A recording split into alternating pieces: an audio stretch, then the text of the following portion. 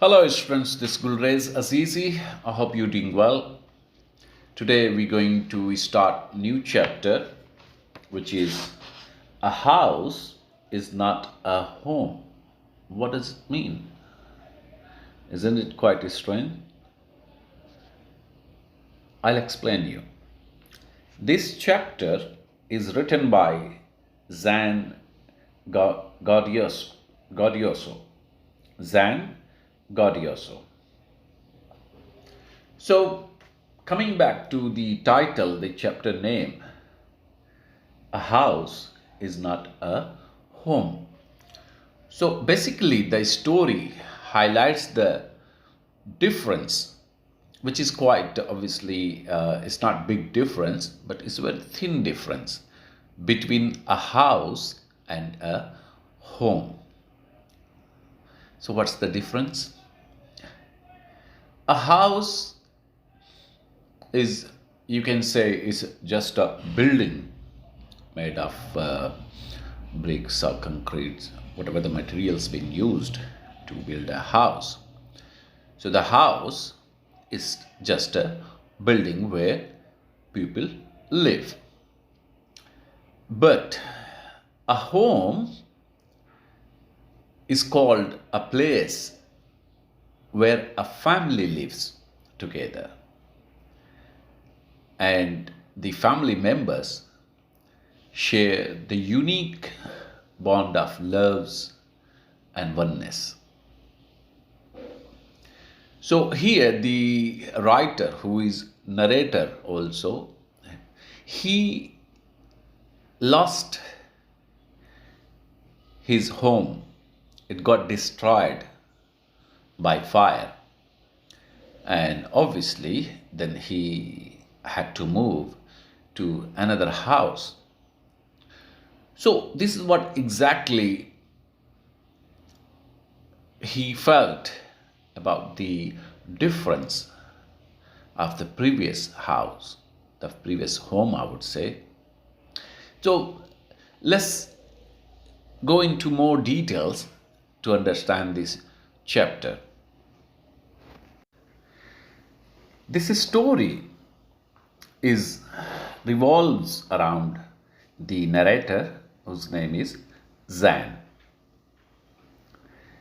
He was sad as he got into a new high school. He did not have his old friends and was a junior there, because obviously he was a new admission. Just like you, when you go to new school, obviously you feel quite strange because you don't know many people there. You don't have friends. Teachers don't know you. He missed the old school and would visit it often. So the previous school where he used to study, he still missed that school. He still remembered that school. And he would visit it often. And he loved that school because he was senior there. He had been studying there for a long time, and all the other students knew him. He had friends. He had junior students there. Teachers knew him.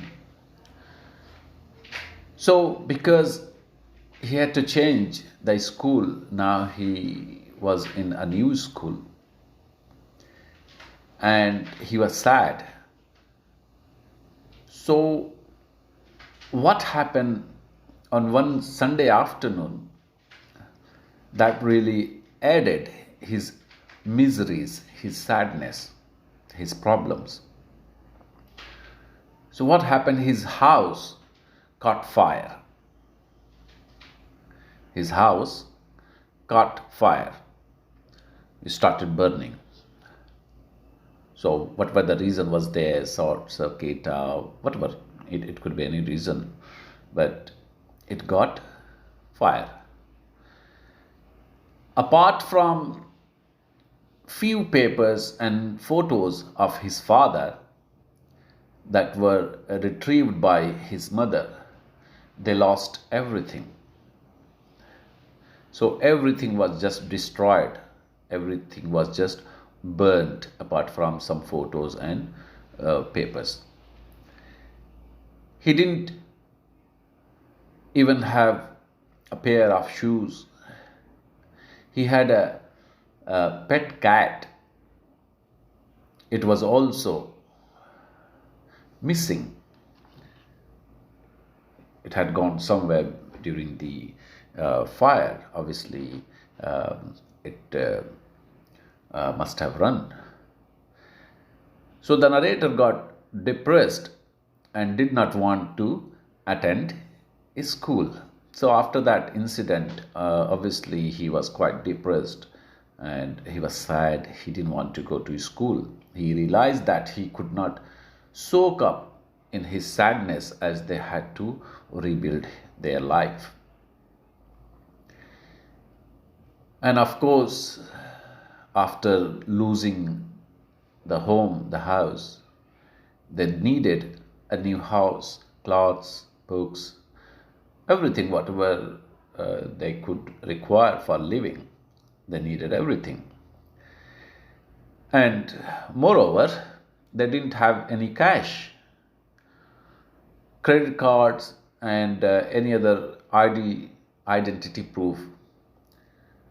So it all was just destroyed in the house. So they had to borrow money from Zan's grandparents, the narrator's grandparent. One day at school, Zan was astonished to see a table full of things: books, stationery items, clothes, etc. Obviously, these were collected by his classmates.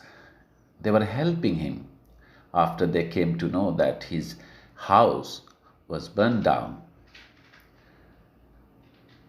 So seeing all these things, seeing these so many stuff in front of him, he became happy. He was overwhelmed. And now, obviously, he made some friends. He came out of the depression and realized that life was beautiful. Zan saw his house being rebuilt and felt that same was happening with his life too. And the cat, which had gone missing, that also returned. A very kind woman who had found that cat, she brought it back because it had got scared of the fire. It had run away. So now the life came back to the same happiness. So Zan had new house. He had his cat, the pet cat, back. So Zan became full of life when he realized that life was not about material possessions, but about love, affection, and being with one's loved ones. So that was only a building which was burned down. And what was the home?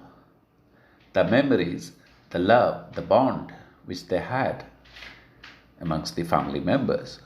So this is the real difference between the house and a home. So now, what we're going to do, you have to read the chapter, and we'll read the same chapter in our Zoom classes, and at the same time I'll explain you the difficult words, and I'll brief you. And as a homework, you'll be always having reading at home, self-reading of the chapter. And you have to mark the difficult words, lines or paragraphs which you didn't understand. So you have to take the picture of that line, a paragraph, and send it to me on my WhatsApp, and I will get back to you. So don't forget now, from now onwards, the difference between the house and the home. Okay, so I'll wait for you in the Zoom class to discuss further. Enjoy yourself. Bye bye.